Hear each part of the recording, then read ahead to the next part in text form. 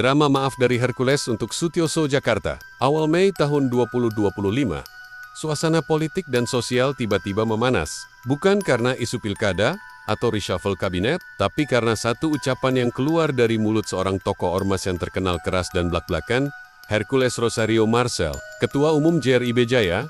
Ucapan mulutmu sudah bau tanah yang dilontarkan Hercules kepada legend TNI Purn Sutioso, mantan Danjen Kopassus dan ex-gubernur DKI Jakarta, mengguncang publik. Tak hanya dinilai tak sopan, tapi juga dianggap melukai kehormatan para purnawirawan TNI.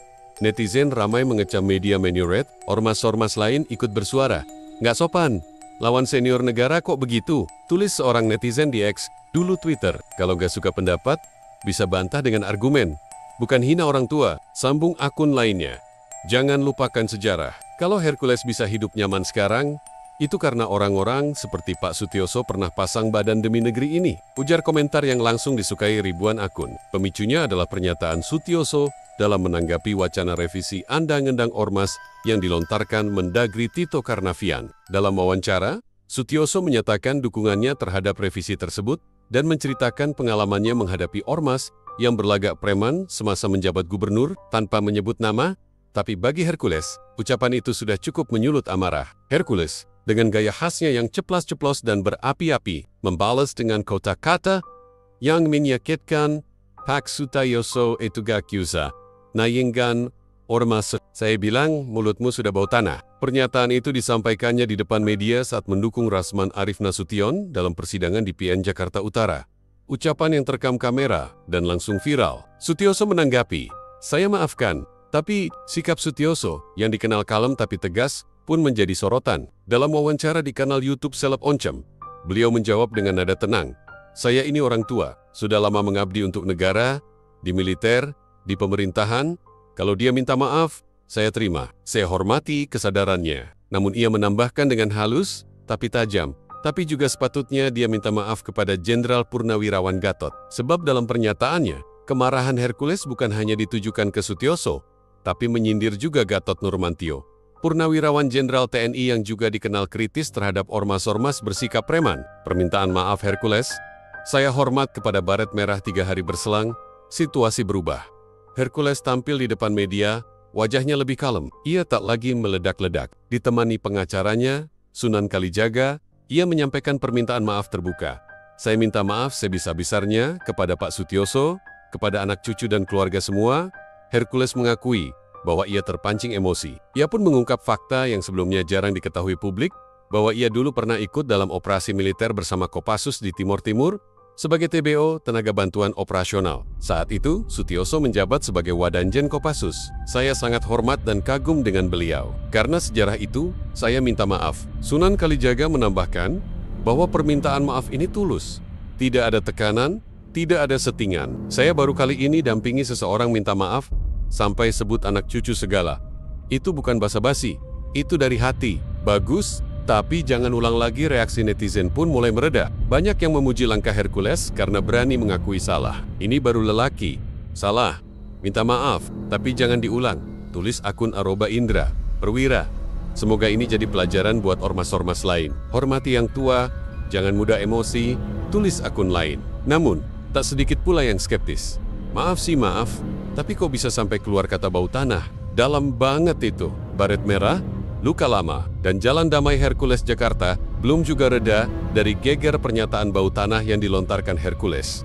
Meski sudah meminta maaf, efeknya masih bergema. Apalagi ketika Letjen TNI Purn Gatot Nurmantio mulai disentil juga oleh Sutioso agar Hercules minta maaf kepadanya. Sebuah babak baru pun terbuka.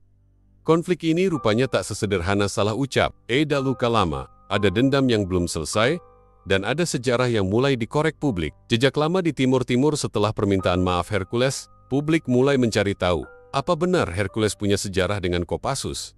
Ternyata ada benarnya. Dalam beberapa dokumen dan pengakuan veteran, Hercules dulunya adalah TBO Tenaga Bantuan Operasional saat operasi militer Indonesia di Timur Timur. Ia membantu pasukan elit, bahkan disebut pernah ikut dalam beberapa operasi tempur. Dulu Hercules itu remaja, bantuin logistik, kadang juga jaga perimeter. Banyak yang sayang dia karena pemberani, ungkap salah satu mantan prajurit Kopassus yang enggan disebut namanya, dikutip dari laporan investigasi Tempo. 3 Mei tahun 2025.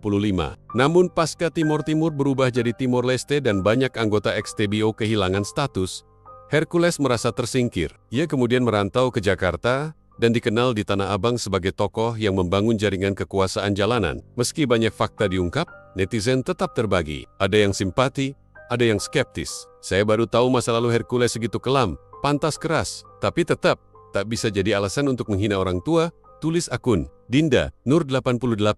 Kalau dulu hormat sama Kopassus, kenapa sekarang malah ngelecehin Sutioso? Aneh, komentar akun lain. Kadang luka lama bikin orang lupa batas. Tapi kalau dia tulus minta maaf, ya patut kita hargai. Tapi, semoga bukan drama.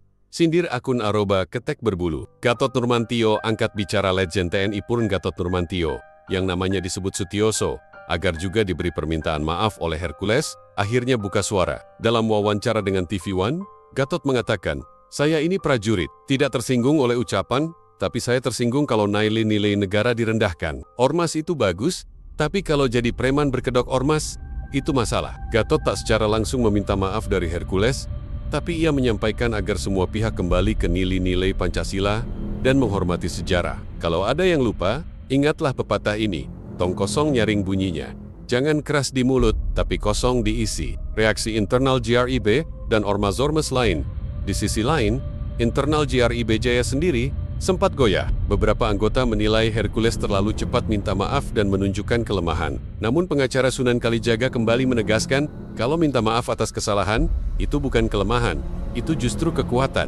Berani minta maaf, itu lebih gagah dari berani berkelahi. Ormas-ormas lain, seperti Pemuda Pancasila dan Laskar Merah Putih pun ikut bersuara. Mereka meminta agar pemerintah memperjelas aturan dan posisi ormas, agar tak semua jadi preman legal. Damai yang tertunda dan peran sejarah seiring berjalannya waktu. Semakin banyak yang membicarakan tentang kemungkinan pertemuan antara Hercules, Sutioso, dan Gatot Nurmantio. Sebagian besar publik menantikan kejelasan, apakah permintaan maaf Hercules bisa benar-benar meredakan ketegangan, atau justru memperburuk keadaan. Di balik itu semua, ada satu hal yang jelas, hubungan antara ormas, tokoh militer, dan masyarakat sipil tak pernah sederhana. Mediasi yang ditunggu kabar mengenai mediasi antara ketiga tokoh tersebut akhirnya terwujud. Dalam sebuah pertemuan yang dijadwalkan di sebuah ruang tertutup di Jakarta, pada pertengahan Mei tahun 2025, Sutioso, Gatot Nurmantio, dan Hercules akhirnya dipertemukan. Langkah ini diinisiasi oleh beberapa tokoh publik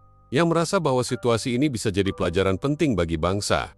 Kiflan Zen dan Luhut Panjaitan hadir sebagai mediator, masing-masing membawa pengalaman yang panjang dalam dunia militer dan pemerintahan. Kiflan dengan latar belakangnya sebagai mantan kepala staf, dan Luhut dengan posisinya sebagai salah satu menteri yang punya jaringan kuat di pemerintahan. Mereka berharap bisa meredakan ketegangan dan membuka jalan untuk dialog yang lebih sehat. Sutioso yang datang lebih dulu, duduk tenang dengan sikap penuh wibawa. Tidak ada tanda-tanda amarah yang terlihat. Hercules datang dengan langkah pasti, meski wajahnya sedikit cemas. Gatot Nurmantio datang dengan sikap tegas, namun lebih santai dibandingkan beberapa hari sebelumnya. Keberadaan mereka semua di ruang yang sama cukup memberikan kesan sejarah sedang dipertaruhkan. Mediasi dimulai dengan pernyataan pembuka dari Kiflan Zen.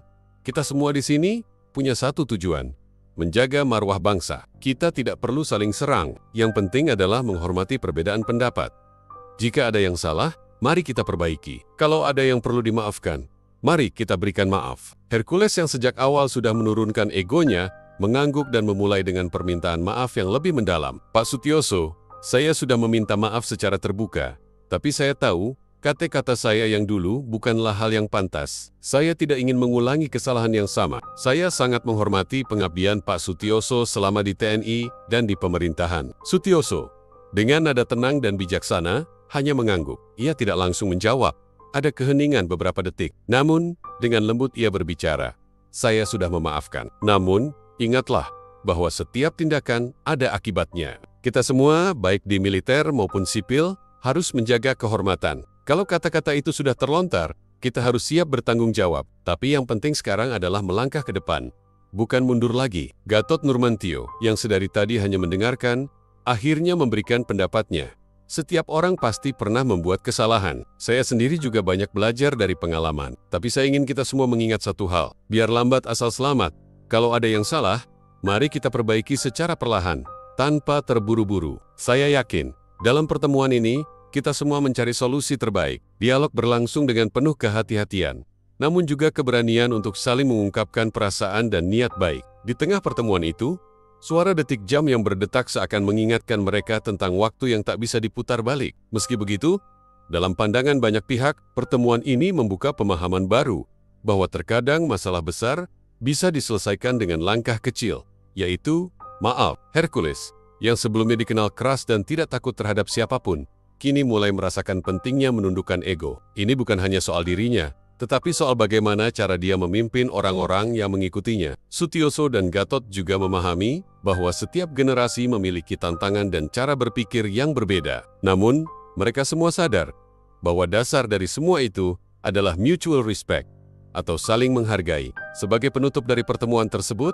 Sutioso memberikan nasihat yang mendalam.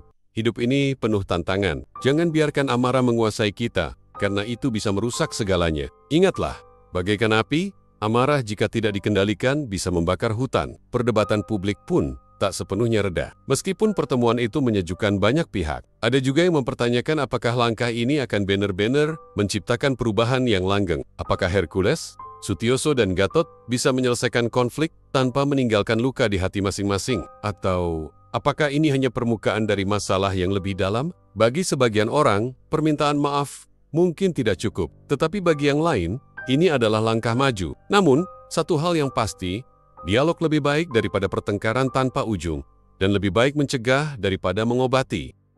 Jalan damai yang terjal setelah pertemuan tertutup yang berlangsung tenang. Konflik yang semula memanas antara Hercules, Sutioso dan Gatot Nurmantio seakan menemukan jalannya menuju resolusi. Namun, jalan menuju damai ternyata lebih terjal dari yang diperkirakan banyak orang. Meski sudah ada permintaan maaf, dampak dari pernyataan bau tanah dan reaksi keras dari berbagai pihak belum sepenuhnya hilang. Dampak media dan publik berita tentang pertemuan tiga tokoh besar tersebut segera menyebar luas ke seluruh media massa. Beberapa outlet berita besar seperti Kompas, Tempo, dan CNN Indonesia memberitakan pertemuan itu sebagai momen bersejarah yang menunjukkan bahwa bahkan tokoh besar dengan sejarah panjang bisa memperbaiki hubungan melalui dialog. Namun, tak sedikit juga yang mempertanyakan apakah langkah ini benar-benar tulus atau hanya strategi politik jangka pendek. Beberapa netizen bahkan mengaitkan permintaan maaf Hercules dengan situasi politik yang sedang berkembang, terutama terkait dengan wacana revisi Undang-Undang Organisasi Masyarakat Undang-Undang Ormas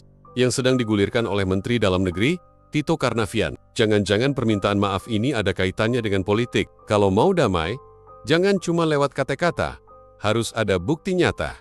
Tulis Sudut Pandang 35 di Twitter. Hercules tahu kalau ormas itu kunci kekuasaannya. Pasti ada agenda tersembunyi di balik permintaan maafnya. Tambah, akan terlihat apakah langkah ini akan membawa perubahan nyata, ataukah hanya akan menjadi kenangan dalam sejarah panjang perseteruan antara ormas, militer, dan tokoh politik. Tetapi satu hal yang pasti, jalan damai selalu dimulai dari kesediaan untuk mendengar dan memahami.